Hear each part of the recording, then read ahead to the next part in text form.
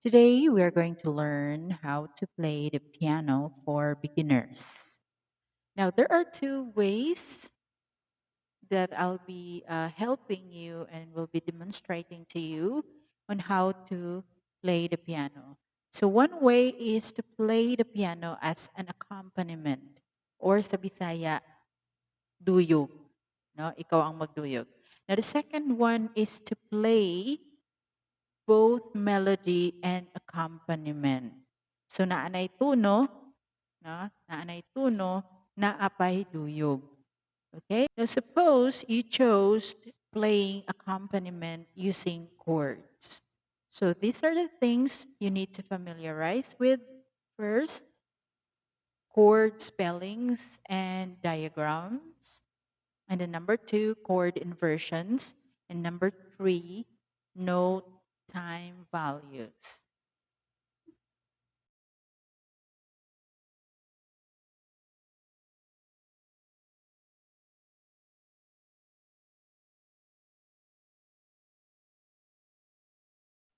Okay, for the example, everything I own.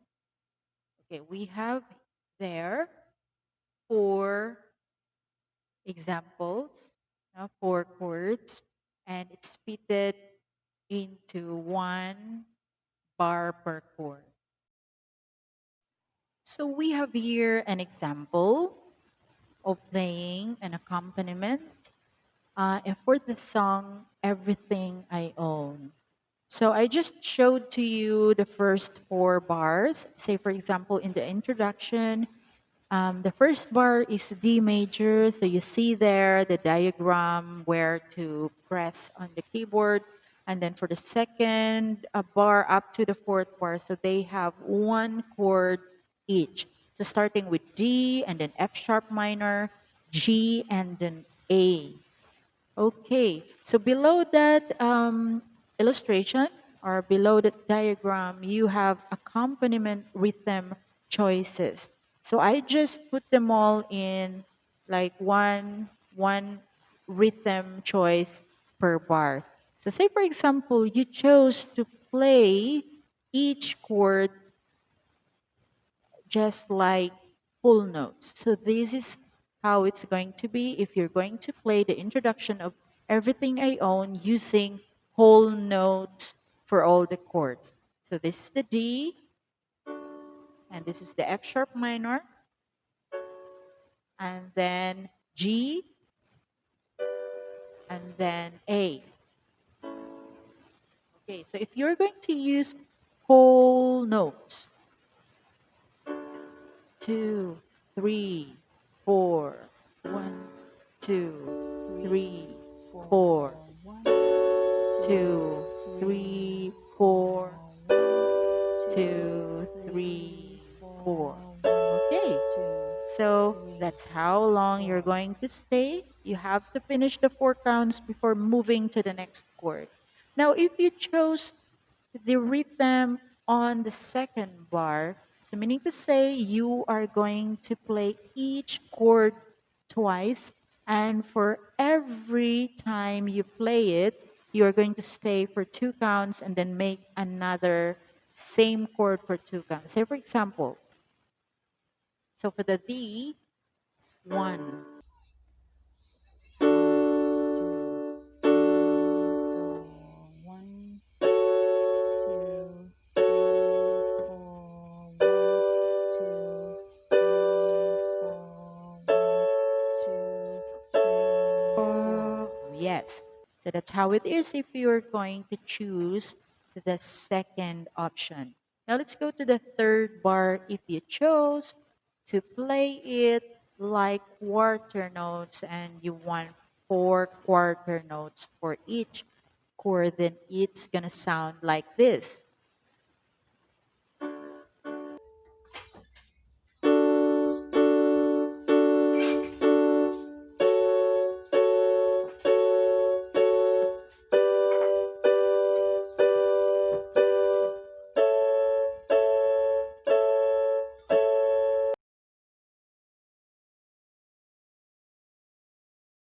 Choice was the last one in the choices. like the pair of 8 notes. So you're going to be very busy because for each count you have to double your chords. So say for example D.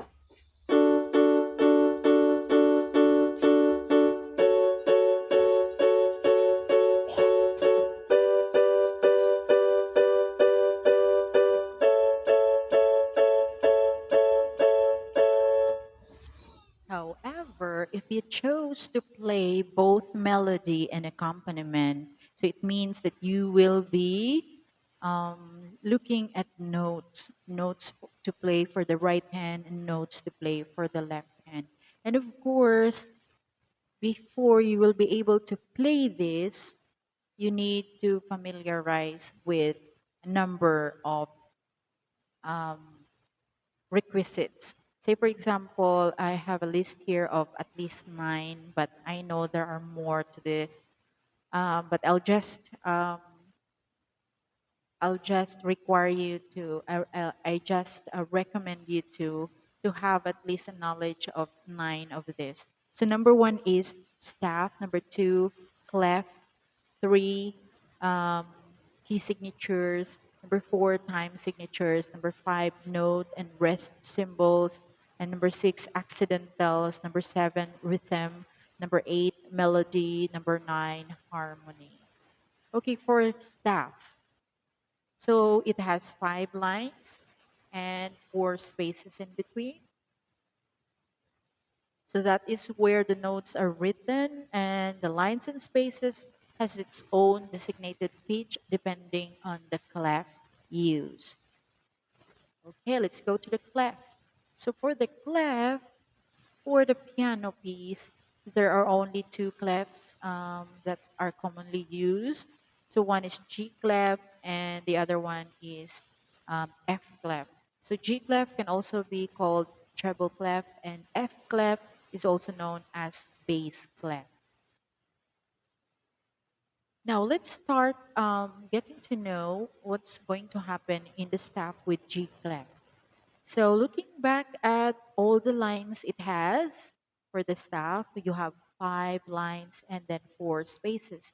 So a staff with a G clef or treble clef would mean that you are to play this with the right hand. And these are the and these are the treble pitch names. So as you can see, starting from the line below the 5 lines. So let's call that line a ledger line. So that's the permanent place for the pitch middle C. So that's middle C. And then all the way up, the letters occupy in alternate the line space, line space, line space arrangement. So the letters are also arranged like this: C, D, E, F, G, A, B, and then it goes back to the letter C, but that C means an octave higher than the one we have started in the middle C. And then if the pitch goes up even more, then it will just use the letters that are in the same order with the previously mentioned pitch name. So it will go back to D, E, F, but then in a much higher pitch. So that's what happens to the pitch names assigned at the treble style. Okay, for easy memory work. So you you memorize the letter names that belongs to the lines and the letter names that belongs to the spaces. Okay, so for the space notes, not for the space letter names, it's easy to remember it because if you start reading from space 1 to space 4, it can just be read as face, right? And there's a word, face. It's your face. Okay, now for the line notes, which are letters E, G, B, D, and F, there's no such word with those. So let's create mnemonics for that. So mnemonics are where our memory aids. So hopefully this can aid your memory rather than memorizing just the plain E, G, B, D, F. So here my recommended mnemonics is let's make words out of of those letters. So example, every girl and boy does fine. So that can be um, an, the mnemonics for the line notes for the treble staff. And the other examples are in the next screen. So you may have a look at it. Or actually, you can create your own mnemonics. Something that would be fun for you to remember. And now let's move on to the staff with the F clef. So same as how we identify the treble lines and spaces. So it also have 5 lines and 4 spaces. However, the way the pitch are assigned to the lines and spaces, they differ from the treble clef because as you can see, it looks like um, the middle C position on the staff is the opposite of the treble. Because here, the middle C is above the 5 lines, whereas the treble's middle C is below the 5 lines. So here, so from top of the 5 lines, there, that's your ledger line, and that's the place for the middle C. And as it goes down, then it has the letters B, A, G, F, E, D, C. And the C there that is lower than the one on the middle C means it is an octave lower than the middle C.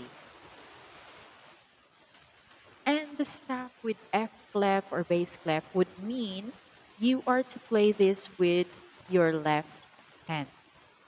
And same as the treble staff, to be able to easily memorize the assigned letter names of the pitch for every space and every line, then we will also have mnemonics for it.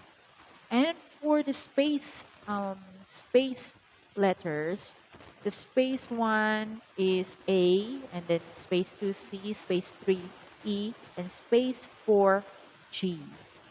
So this is what I used to easily remember it. So that will be all cows eat grass. And for the line notes of the bass clef, you can have girl, boy, does, fine, always. Or in the next screen, you have other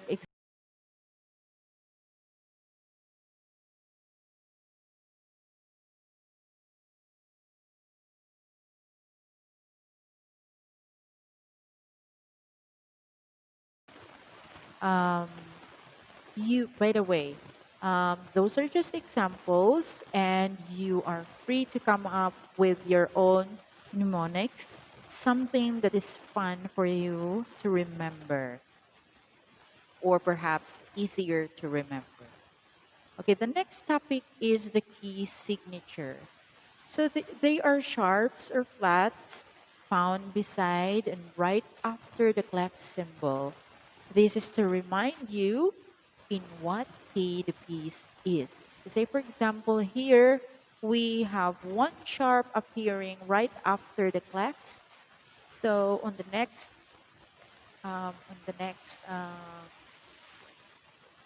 diagram, we have here the key signatures chart. And as you can see, the one that has one sharp on the um, on the on the staff right after the clef symbol is the G major. And since that sharp is on the fifth line of the staff, which is actually the F line, because F is the owner of that line. F is the pitch for that line. And having that sharp there, it means that all the Fs throughout the piece, if your piece is in G major, then all the Fs shall be played F sharp. Okay, let's go now to the next topic, the time signatures. So time signatures are pair of numbers, one in the upper and one in the lower, and it usually and it should appear, no, not usually, it should appear right after the key signature. So you have the clef and then the key signature, and right after that should be the time signature. And okay, so the time signature, since it has two numbers, one upper number and a lower number, so the upper number usually tells you how many beats or how many counts are you going to have in each measure. So that would be something like your clock for that piece. So if you have number three at the top, so you just have a clock with three ticks. One, two, three, one, two, three, one, two, three, one, two, three. And for the lower number that appears there, which is number four, the lower number tells what type of note the, is the beat or equal to one count. So in the next charts or diagrams, I'm going to show you the different time signatures, different example of time signatures. So we have time signature that has a lower number of four and the lower number of two and the lower number of eight.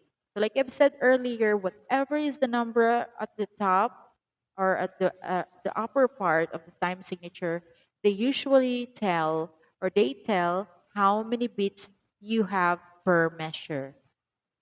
And then we have to be careful on looking at the lower number so that we will set our time values for the piece according to what the lower number means.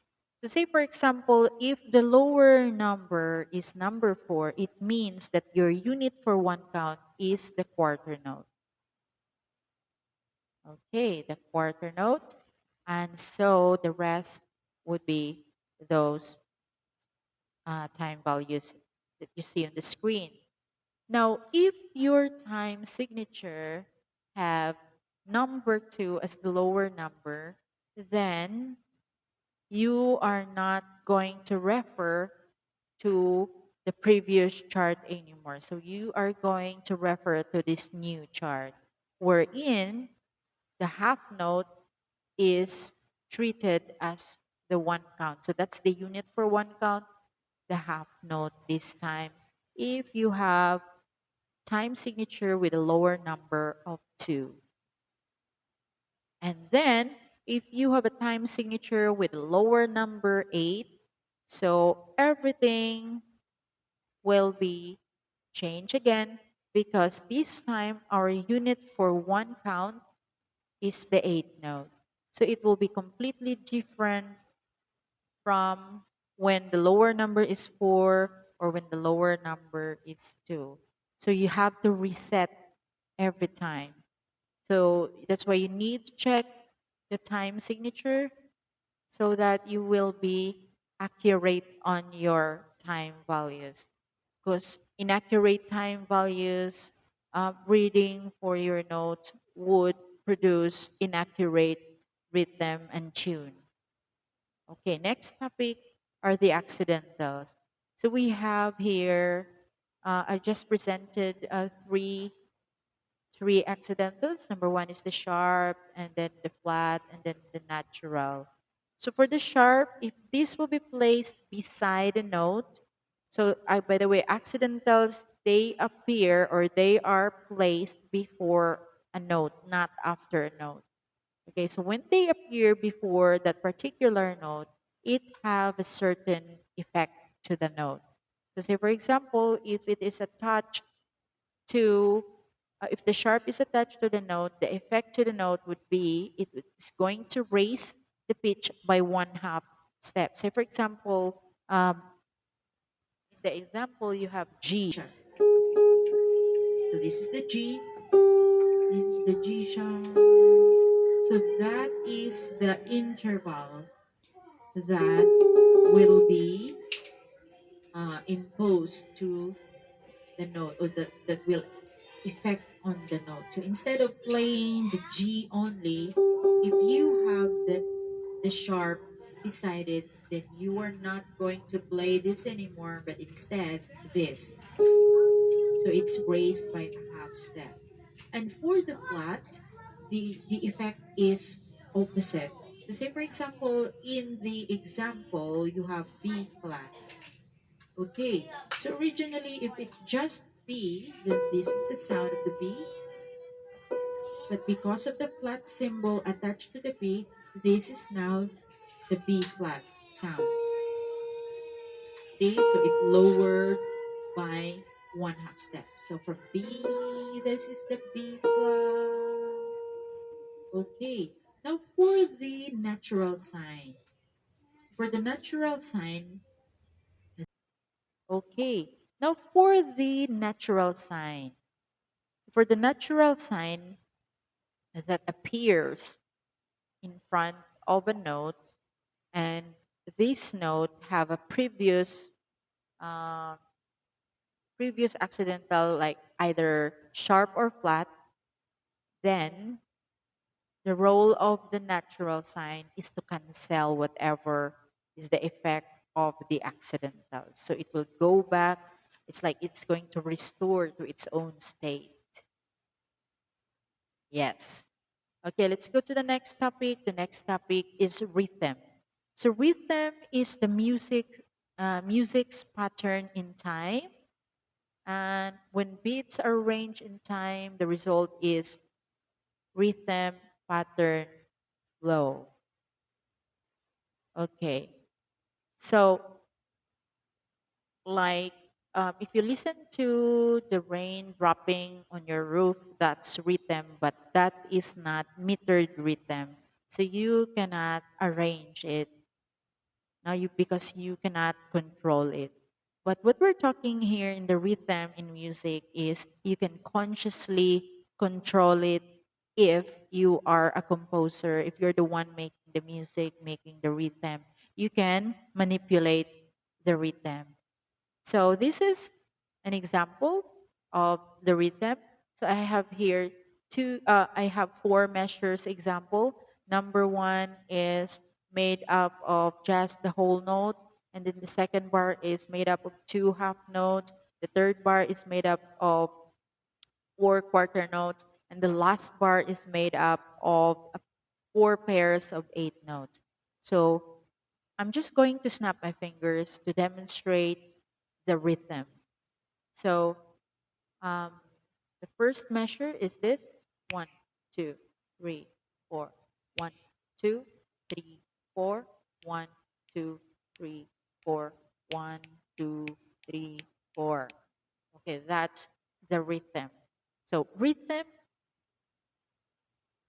is anything that you can clap, you can tap, you can reproduce, you can imitate, and but if it is already it will become a backbone of the melody, then it becomes something else. So actually, um, melody melody is the tune, or like the voice, or the voice line. And then our melody, if we are going to, okay, listen first to the rhythm. No, I will not play the tune yet. I'll just um, demonstrate to you how the rhythm would go. And then later, I'm going to play the melody by playing it according to the rhythm also. So it's going to be two in one. Now, when you play the melody and it's adopting the pattern of the rhythm at the same time. So say, for example, you have four bars here. So I'll just play from bar number one up to bar number four. So I'll just snap my finger again to demonstrate the rhythm.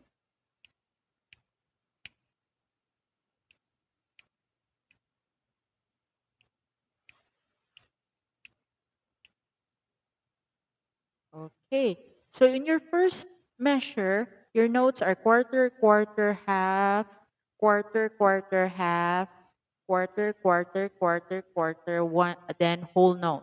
Okay, so you know that quarter note is just one count each, and then the half note is two counts each, and then the whole note is four counts each. So I'm going to snap again to demonstrate the rhythm, but this time I'm going to count along with the snap. Ready, go. One, two, three, four. One, two, three, four. One, two, three, four. One, two, three, four. Okay, so that is the rhythm and how it's going to be counted. Now, I am going to play the melody, but I will conform to the rhythm. I will adapt the rhythm, but there is already a tune to it. Okay, here we go. One, two, three, four. One, two, three, four. One, two, three, four. One, two. Okay, our next topic is harmony. So, harmony is the combination of simultaneously sounded musical notes to produce chords and chord progressions having a pleasing effect. So, previously on the melody plus the rhythm, I played the tune.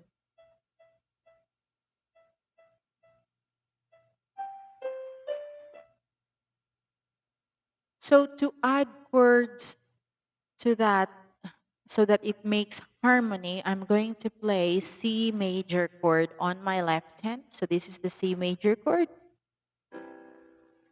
And then if I play it along with the melody that is following the rhythm that is we, that that's that I have clapped earlier.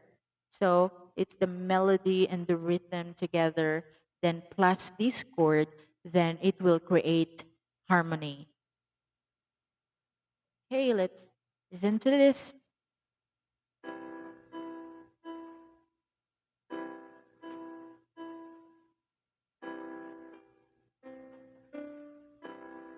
Yes, that's harmony. Now, with the counting. So look at the notes for the left hand. It's all made up of whole notes. So one at the bottom is the C, the middle note is the E, and the upper note is the G. And since they are all whole notes, then they get to stay down for four counts like this: one, two, three, four.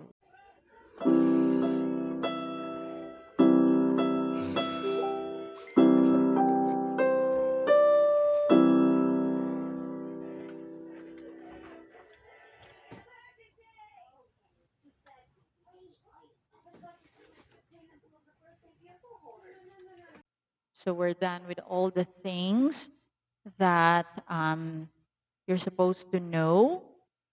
And so here we are. We have this sample piano piece, Ode to Joy. This is a simplified piece by, this is from Ludwig van Beethoven.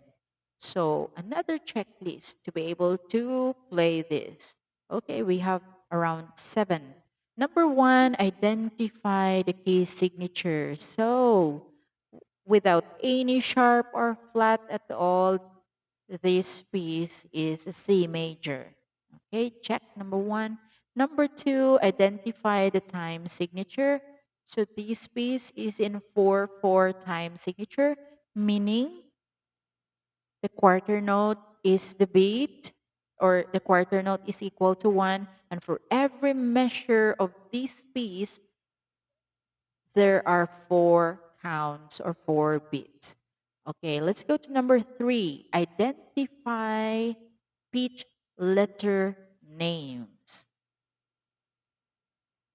Okay, so you have to identify all the pitch letter names just in case um, you are not good enough to play it from memory.